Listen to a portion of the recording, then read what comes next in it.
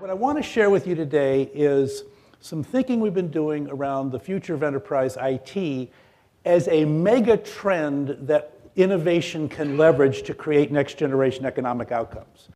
And basically, this last decade has been about transferring money out of the IT budget back to the corporation for whatever purposes or uses that they might have for it, but not for building out more systems of record.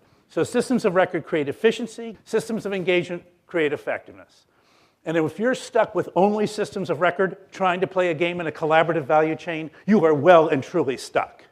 We now are leading digitally mediated lives. So what's the forcing function that I think makes this decade the command decade to move what I'm going to call systems of engagement into the enterprise?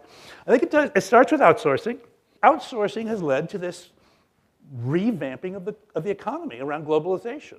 Good news? Well, it's not so good news. Not for the developed economies, because although the consumers in the developed economies are going score, the enterprises in the developed economies are going, man, this is getting kind of tough to compete against an increasingly commoditizing thing. So this is the century where we got to play away games. And it's not clear we know how to play away games, or in Western Europe knows how to play away games, or Japan knows how to play away games. So the great engines of the 20th centuries have a lot of catch-up to do.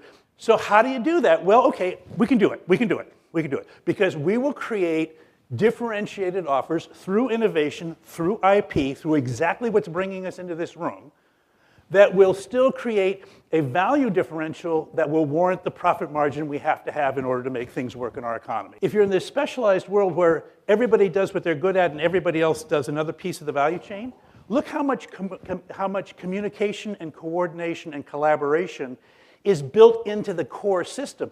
We're playing a game in which the collaboration burden is the new burden of the enterprise. And it is not a burden that falls on the executive team. It's not a burden that falls on the first-line transaction worker. It falls on the middle of the organization.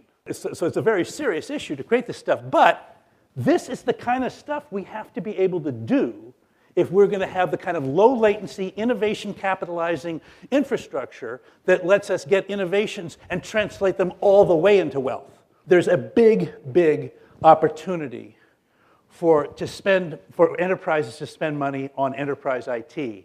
And it's not Oracle's opportunity, and it's not SAP's opportunity. It's also, by the way, not Google's opportunity, not Facebook's opportunity, not Twitter's opportunity, because they are totally committed to the consumer world.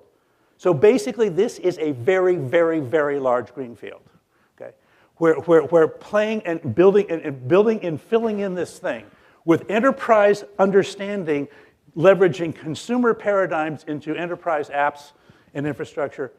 Big deal. I want to close with this notion of kind of how would you invest in systems of engagement? What would it take for you to use systems of engagement in your company or in your customer's company on behalf of you acting on behalf of your customer, for them to use systems of engagement in a way that created differentiated moments of engagement for that business? Because that's kind of how we're going to get the specialization differentiation that sets us apart from commoditization, right? There are three ways you can get paid back by doing this investment. The first one is through differentiation, which means I did this, my competitors didn't do it, my customers value it, I win, right? I win because of it.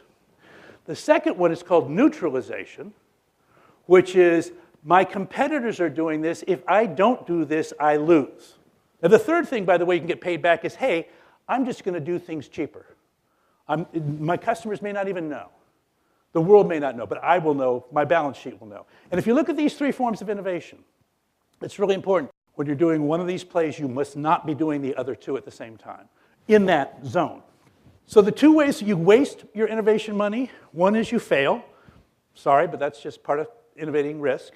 But the one that drives you crazy is when, no, I spent it, but I didn't get the returns, and the returns are the ones we've been talking about.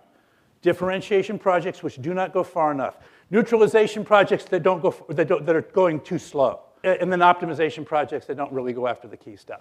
When you look at your innovation thing, you're going to have a lot of things competing for that innovation budget. And my only request for you guys to do is to sort it out into, first of all, focus it on moments of engagement that matter. then figure out, do we have a neutralization, a differentiation opportunity, a neutralization opportunity, or a productivity opportunity? Because it could be any of the three. And then pick one. Pick one and nail it. And that's sort of the game.